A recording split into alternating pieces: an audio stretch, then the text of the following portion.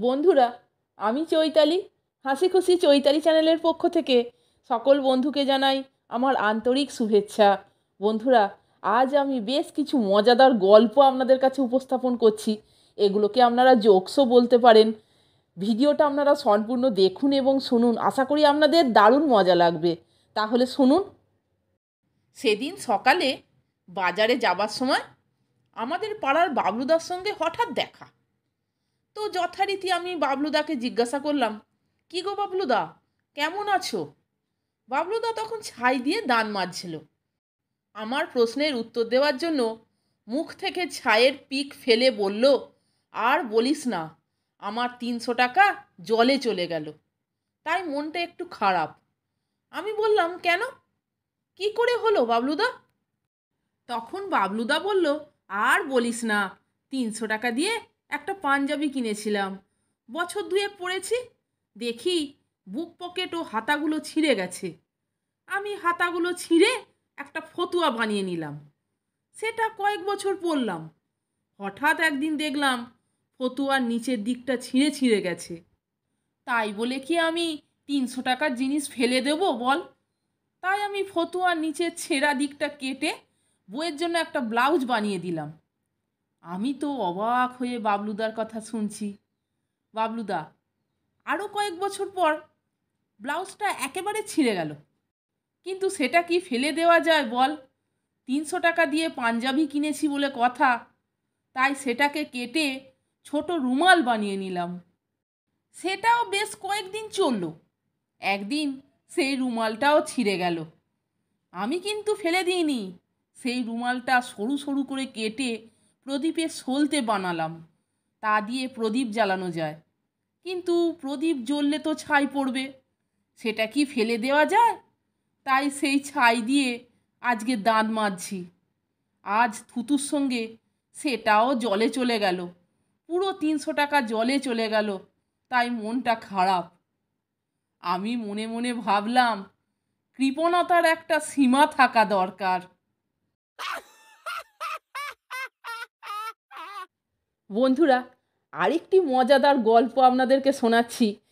এটাকে আপনারা জোকসও বলতে পারেন। তাহলে শুনুন। বিকাশবাবু তার ছেলে বউকে নিয়ে হোটেলে ঢুকেছে খেতে।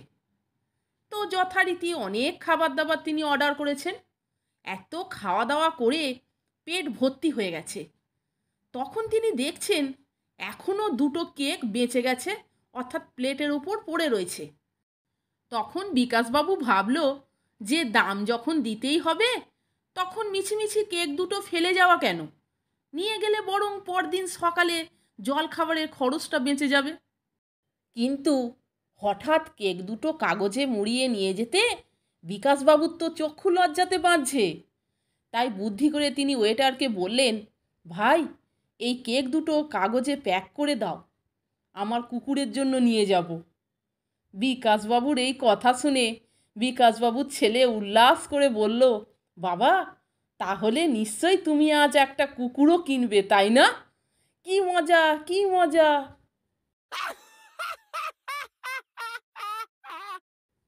বন্ধুরা, এখন আমি আপনাদের একটা মজাদার জোক শোনাচ্ছি। তার নাম হচ্ছে গুলবাজ। দুই বন্ধুতে গল্প হচ্ছে।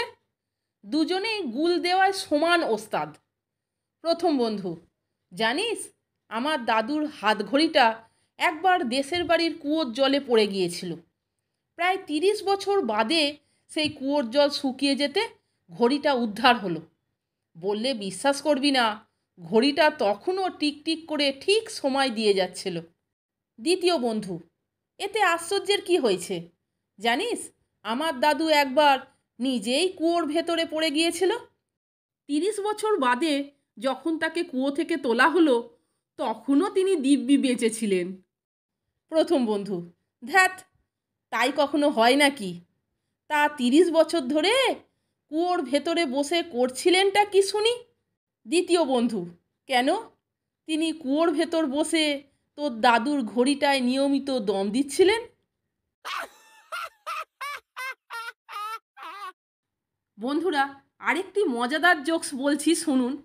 সেটি হচ্ছে, সদ্য বিয়ের পর যখন প্রেম মাখো মাখো থাকে, তখন স্ত্রী ছাদে দাঁড়িয়ে স্বামীকে বলছে, সোনা আজ চাঁদ ওঠেনি দেখো।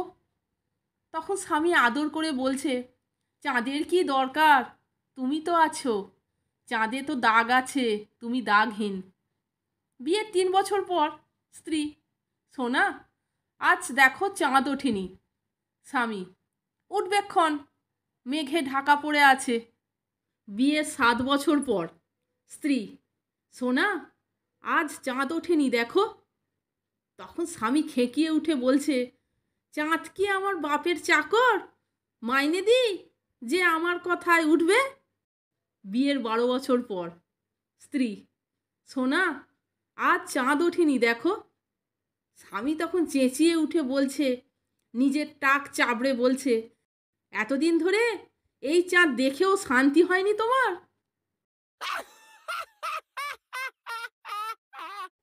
তাহলে বন্ধুরা, এই মজাদার এবং হাসির গল্প, হাসির জোকসগুলি আপনারা শুনলেন তো? যদি ভালো লাগে তাহলে একটা লাইক, কমেন্টস এবং আমার চ্যানেলটিকে সাবস্ক্রাইব করে আমার পাশে থাকবার অনুরোধ করলাম। এই রকম আরও অনেক হাসির গল্প, মজার গল্প, হাসির জোকস শুনতে বন্ধুরা প্লিজ আমার চ্যানেলের ভিডিওগুলো আপনারা একটু দেখুন। ভালো লাগলে বন্ধুদের মধ্যে শেয়ার করে দেবেন। আপনারা সকলে ভালো থাকবেন, সুস্থ থাকবেন। আমি আবার আসছি পরের দিন অন্য কোনো হাসির গল্প, মজার গল্প, হাসির জোকস নিয়ে। ভিডিওটা সম্পূর্ণ দেখার জন্য এবং এই মজাদার জোকসগুলি শোনার জন্য আপনাদের আমি অসংখ্য ধন্যবাদ জানাচ্ছি।